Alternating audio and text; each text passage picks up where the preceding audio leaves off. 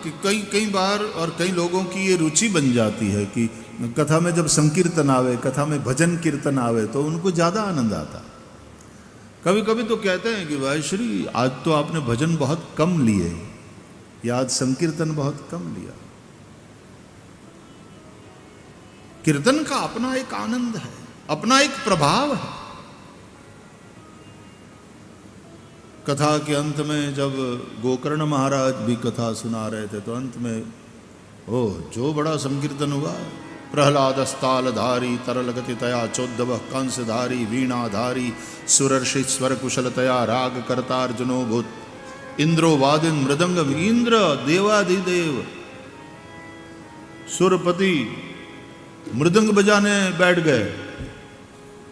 एक बार मैं दिल्ली में कथा कर रहा था, कई वर्ष पूर्व की बात है, तो तत्कालीन दिल्ली के मुख्यमंत्री वो कथा में आए थे। तो स्वाभाविकतया कथा के अंत में उनको भी सप्रेम बुलाया गया आरती के लिए। वे आए, उन्होंने व्यासपीठ की वंदना करी और फिर आरती उतारी, और 2 आरती उतार कर फिर तब आप लोग इधर बैठते थे मंच पर। तो उसके बाद आरती वगैरह में वो वहां जाकर के इन लोगों के बीच में बैठकर हाथ में मंजीरा ले लिया, इनसे मंजीरा बजाए कीर्तन में। और मंजीरा अच्छा बजा रहे थे, मतलब उनकी कीर्तन में रुचि। साहिब सिंह वर्मा वो मुख्यमंत्री, तो ऊपर बैठकर मुख्यमंत्री ने मंजीरा बजाया। कीर्तन की अपनी महिमा है। रात्रि में जहां कीर्तन होता है, भजन, हमारे राधा माधव संकीर्तन मंडल वाले आज भी जो संकीर्तन के रस में डूबते हैं, भगवान के धाम में पहुंचे अब तो। लेकिन श्री परम भक्त विनोद जी अग्रवाल, उनका स्मरण होता है।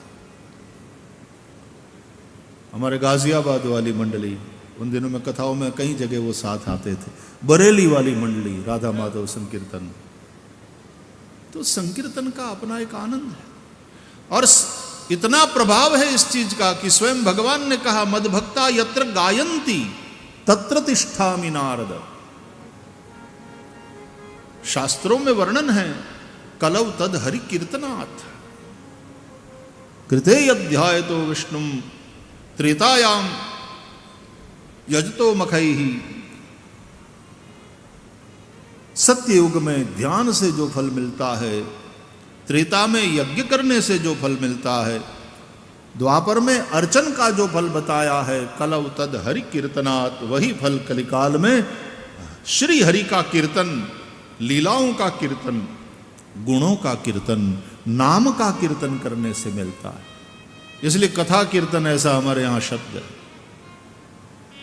कथा में भगवान के गुणों का संकीर्तन, भगवान की लीलाओं का संकीर्तन और भगवान के नामों का संकीर्तन, और फिर साथ में संगीत हो, नारद वाली पद्धति, वीणाधारी सुरर्षि।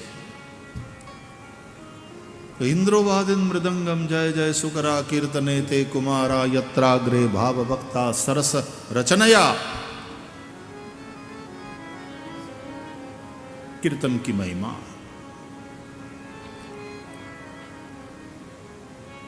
तो प्रेम से, तार स्वर से चैतन्य देव भी